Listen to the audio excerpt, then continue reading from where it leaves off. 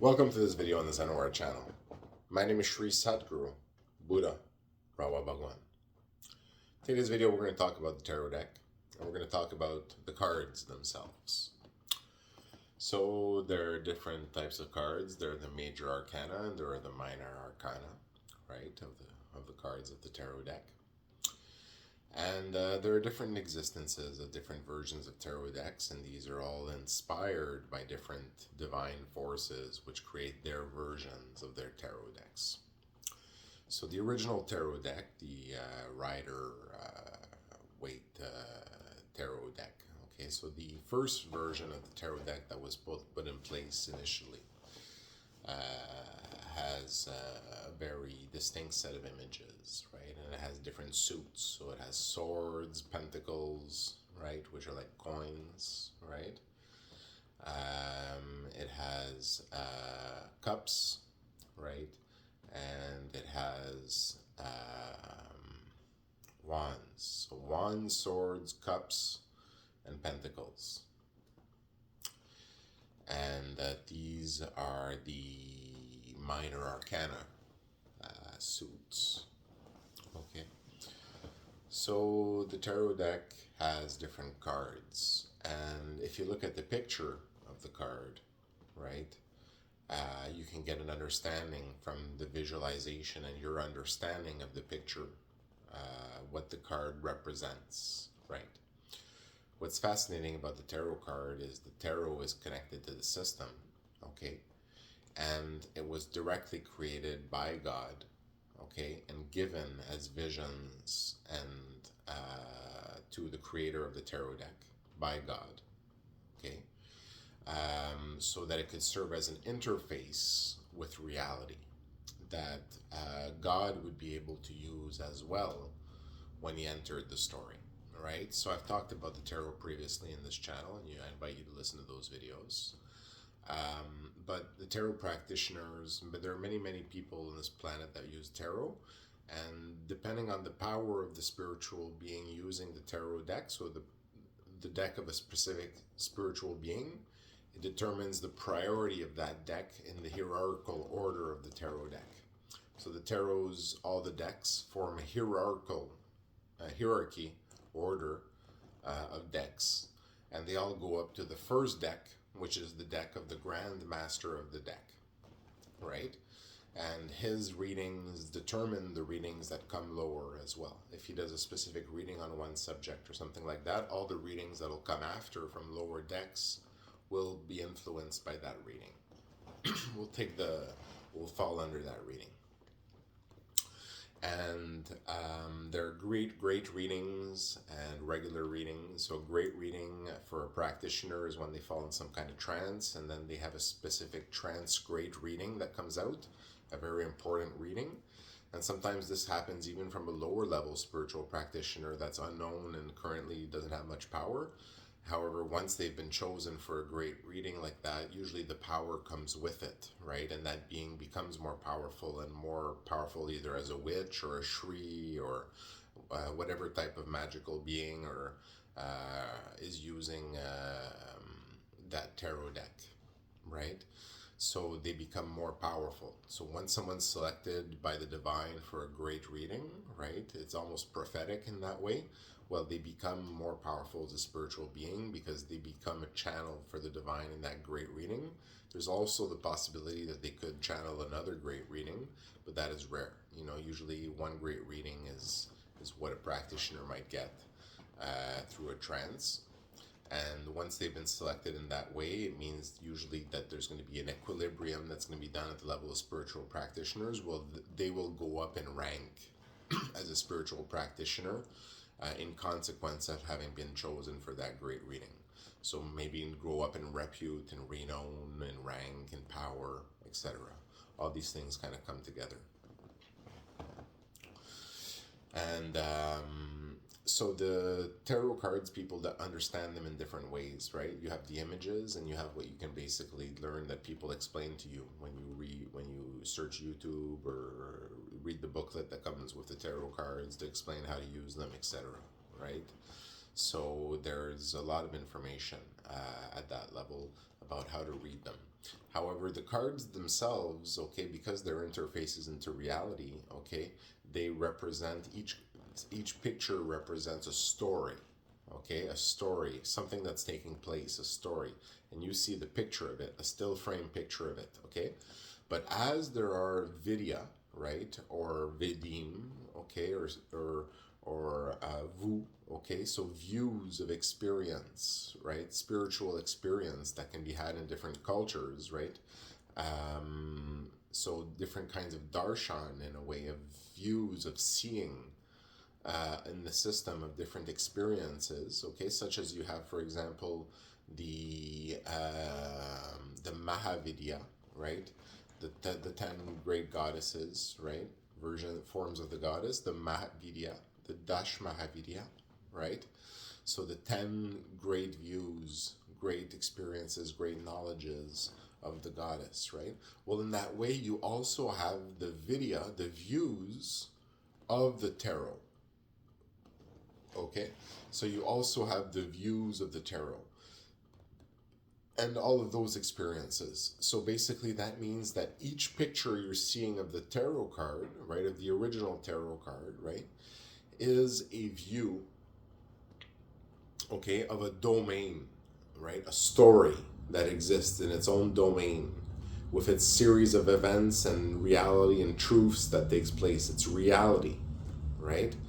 So the same thing with paintings and images and drawings, from talented artists that have been inspired by the divine. There's a story behind the picture, right? A picture tells a story, right? So there's actually a story that exists in its own loca of creation, its own bubble of existence, where that story takes place, its domain, okay?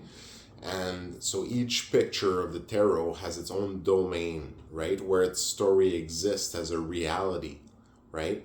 And that reality is a part of creation, right? Represents a function of creation, a connection to creation, a part of reality, a visualization and domain that controls reality. So the tarot can control reality as it also divinizes into reality. Okay, and that's why some practitioners of great power can take cards and use angles, turn them 10%, 5%, 10%, 15%, maybe even 30% to change the fate that many percent of that individual whose reading they're doing. So they can now intervene at the level of fate and use their Shakti, their spiritual power, to change the fate of the individual if they get a bad card, right? So if they have issues in their reading. And then some people have enough power to flip a card, right? And the Grand Master, the Great Master of the Tarot deck, can flip 3 cards, right? So that means totally change 3 cards of fate, right? But most very powerful practitioners could basically turn to 30%, and that's very powerful as a spiritual practitioner, right? And to flip 1 card takes a lot of Shakti to totally change someone's fate. It takes a lot to work at the karmic levels to do that, and the system levels to do that. So each picture has its domain, okay? Its domain.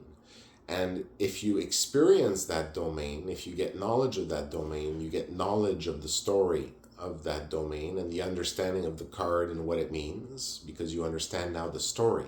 So what this means is now you have understanding of what's not in the frame of the picture, right? You have understanding of the future of that moment in the frame, in the story, and what happens to the people in that story, etc., and what's going on and the circumstances. You can even remember the feel of the air inside the stories, and being inside the stories, you can travel to the stories of the card, okay?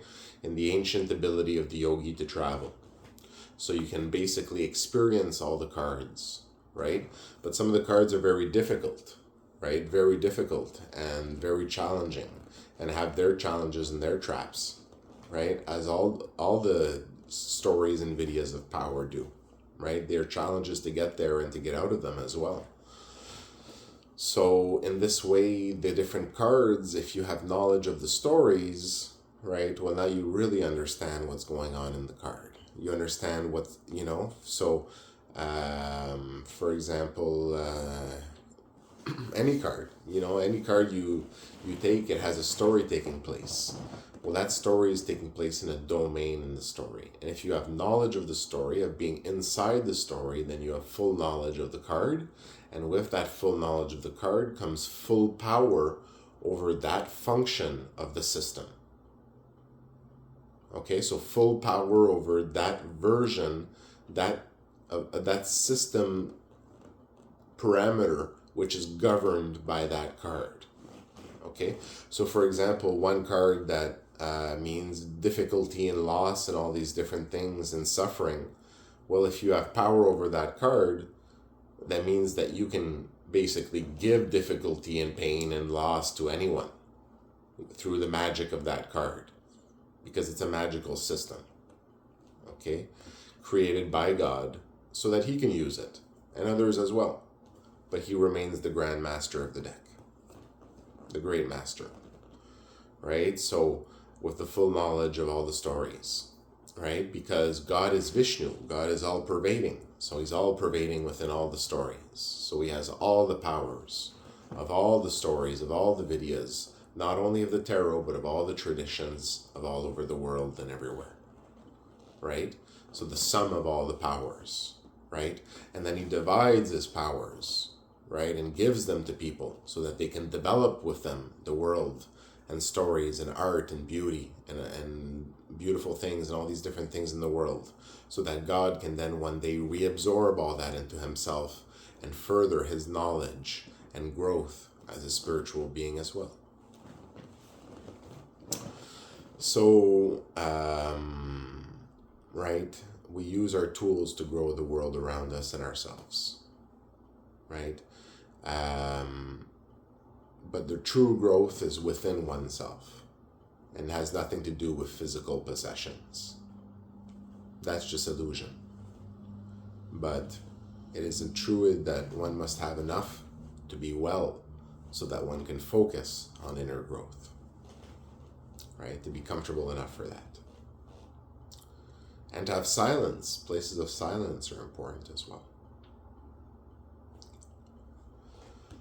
So the cards have stories, they have their domains which can be experienced. And with the knowledge of that domain and the story that takes place within the card, one gets understanding of the full knowledge of the card, right? And one gets empowered in the magic of the card as well, right? So in the same way as one gets treasure from a Mahavidya and traveling to a domain of a Mahavidya in the ancient art of traveling of the yogi, well, in the same way, right?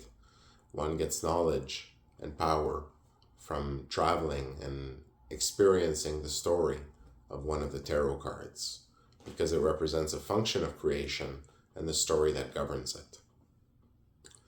So the tarot card is a magical system and also an interface into reality, an interface into the system, designed by God, given to a human so that he could have it developed and all that through visions, so that it could be used by people to interface with reality, to divinize things, and for those beings of power so that they can use it as a tool to change people's destiny and future, because that's some of the magical stuff that magical practitioners do for people. Some people do this as a profession too, right? Do a reading, and if you're a being of power, you can tell that person, I'm willing to change your future here. But it's going to cost you, because it takes a lot out of me. And it's going to be a long day's work, and you're going to pay up for it, right? Everybody gets to make a living. And some magical practitioners, that's what they do as a living, because it's their destiny, basically. They're so good at it that they're professionals, then that they do it because it helps society in that way. It's their best way to give back to society, because no one else has these skills. So, tarot is used by many magical practitioners, okay? Many beings of power will use the tarot, and also many people will fool around with it, play around with it, and you have all types of people that have not much power spiritually, but they'll use the tarot for fun, and have fun with it. And then you have more serious, heavy spiritual practitioners that are in different traditions with different lineages and different origin stories and all these different things. And they can use the tarot. They also use runes. Runes can be used as well, and different methods as well, so to divinize. But the tarot was created directly by God, designed by God to be an interface into the system. So it's a very commonly used system, and people gain more knowledge as they use it. And some people just have the knowledge because they're spiritual beings of power and it's in their lineage, and that knowledge comes to them. So the tarot, and every being that holds a tarot deck, that's a being of power, is basically ranked. Essentially, there's a ranking system, and they're called a tarot deck. That's what they're called, and they basically hold a deck, and they're ranked in that order, and they can alter cards for people and alter their fate to different levels and the degrees of ability. Right? It's depending on the power of the spiritual practitioner. So tarot card readings is commonly done, commonly used. It's a good way to know how to change your future, because even for people who don't have the power to change with Shakti, with spiritual energy, spiritual force, the reading, they can still use other methods. For example, in other traditions, like suggest herbs or suggest crystals or suggest different things to change stones or metals or something like that, to change the destiny of someone, to help them out a little bit. But you also have those practitioners of great power which can do it with their Shakti, right? Who can actually change the degree, change the karma of someone on a reading. But those beings are rare and very powerful, right? So you also have to be a little bit humble when you go to a being with that much power and you ask them, can you change my karma? The answer is yes, but pay well, right?